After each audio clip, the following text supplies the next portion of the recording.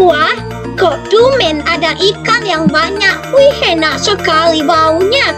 Wah, sedap sekali. Tak berselang lama setelah si ular mencuri telur bangau, maka ia mengharapkan munculnya seekor musang. Alangkah terkejutnya karena kedua bangau itu melihat sarangnya. Ular mencoba menyerang si musang, namun si musang tidaklah tinggal diam. Sudah tak ada lagi telurnya. Ia sangat sedih sekali. Ikuti terus cerita-cerita menarik dari kami. Cintai budaya kita dan literasi. Selamat menyaksikan, like, komen, subscribe, dan share. Kisah keputusan dua sejoli yang berujung petaka. Sepasang bangau muda yang sangat ingin memiliki telur karena baru pertama kalinya ia bertelur. Ingin memiliki keturunan, ia pun membuat sarang di sebuah tempat yang ia sudah anggap aman.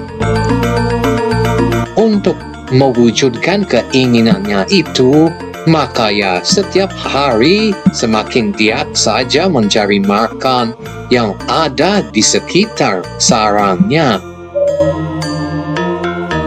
Senang sekali hatinya karena ia telah mampu mewujudkan impiannya. Untuk pertama kalinya, ia telah menetaskan 3 butir telur. Berarti sebentar lagi ia akan memiliki anak.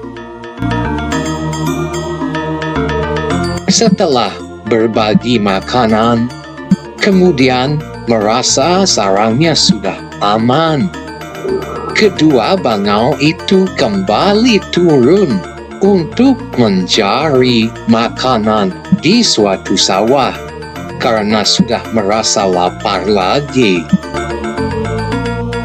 Istriku, kau nampaknya bengong istriku. Apa yang kau pikirkan?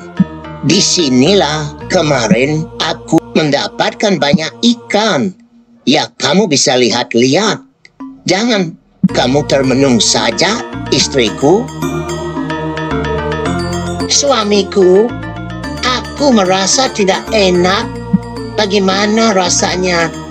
Sepertinya aku ingin pulang saja, suamiku, karena firasatku kurang baik, suamiku. Alangkah terkejutnya karena kedua bangau itu melihat sarangnya sudah tak ada lagi telurnya. Ia sangat sedih sekali. Suamiku, aku sangat sedih sekali. Benar seperti apa yang aku khawatirkan. Siapa yang berani dan tega mengambil telur kita, suamiku?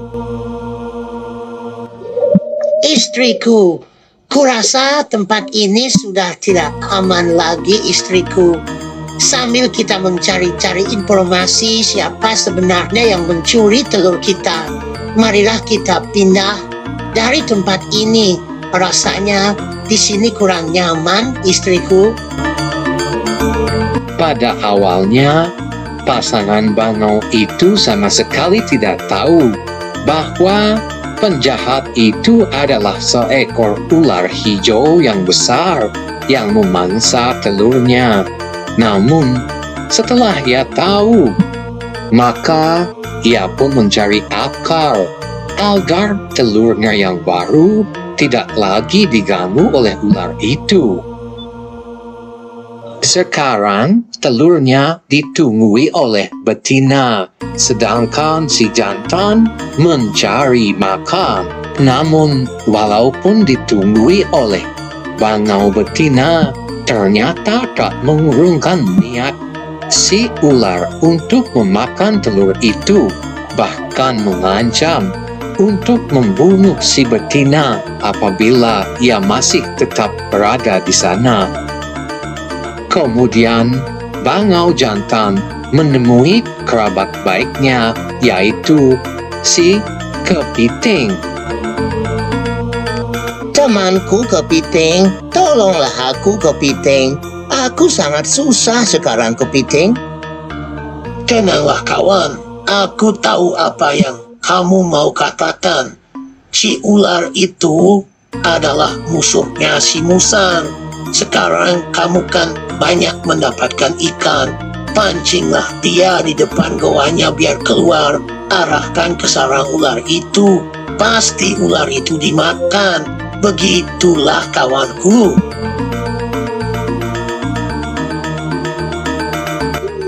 Bangau pun sangat senang setelah mendengar nasihat temannya si Kepiting yang ahli strategi. Akhirnya, setelah berpikir, Bangau pun terbang dan melaksanakan apa yang diberikan pesan oleh si Kepiting. Istriku, aku sudah mendapatkan strategi yang baik untuk mengalahkan si ular jahat itu, istriku. Percayalah, cara ini pasti ampuh mengalahkan si ular itu. Bagus kalau begitu. Semoga ini adalah yang terbaik. Si Bangau akhirnya bekerja keras. Dia banyak sekali menangkap ikan. Ditebar sepanjang jalan, mulai dari muka gua si musang, karena ia tahu musang sangat senang dengan ikan.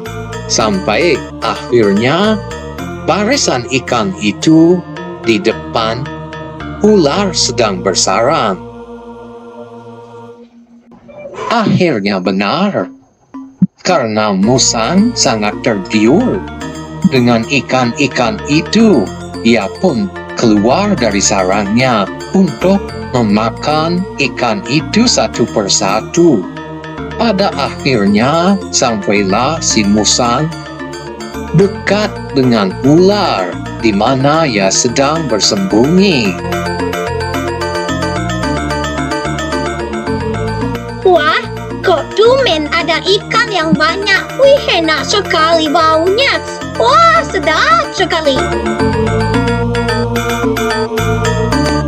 Satu persatu, ikan itu dimangsa oleh si musang mengikuti jalan dan kemana arahnya, sehingga ia sampai kepada sarang. Dekat dengan sarangnya si Bangau, di mana ada ular bersembunyi. Si ular terus saja mencuri telur si Bangau.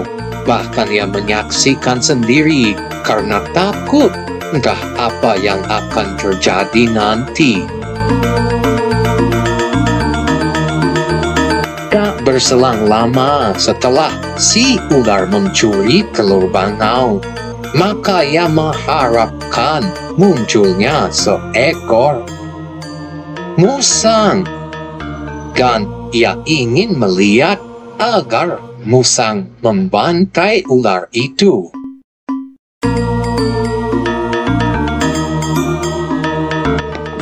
Musang pun datang, melihat gerak-gerik si ular yang masih berada di bawah pohon. Hahaha, di sini ada makanan enak lagi.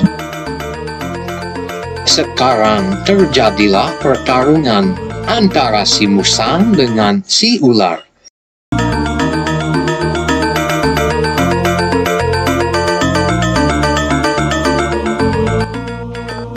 Ular mencoba menyerang si musang, namun si musang tidaklah tinggal diam. Dengan giginya yang meruncing, mengeluarkan darah kepala ular karena digigit. Bangau sangat senang hatinya menyaksikan pemandangan itu dari atas pohon. Ia berharap ular segera mati. Dengan demikian, ia akan lebih tenang, tidak ada lagi yang mengganggunya. Sekarang, ular benar-benar mati. Kepalanya sudah banyak mengeluarkan darah, digigit oleh musang. tinggal ekornya saja yang berkelebat-kelebat. Pasangan bangau itu sangat bersyukur dan senang sekali hatinya melihat pertarungan telah dimenangkan oleh Musa. Setelah bangau merasa senang dan puas dengan matinya si ular, masalah timbul sekarang. Sekarang si musang sudah tidak ada makanan lagi di sekitar itu. Maka ia pun mencari telur si bangau. Wah, perutku terasa lapar lagi. Rupa-rupanya aku mencium ada bau telur. Wah, aku akan makan saja.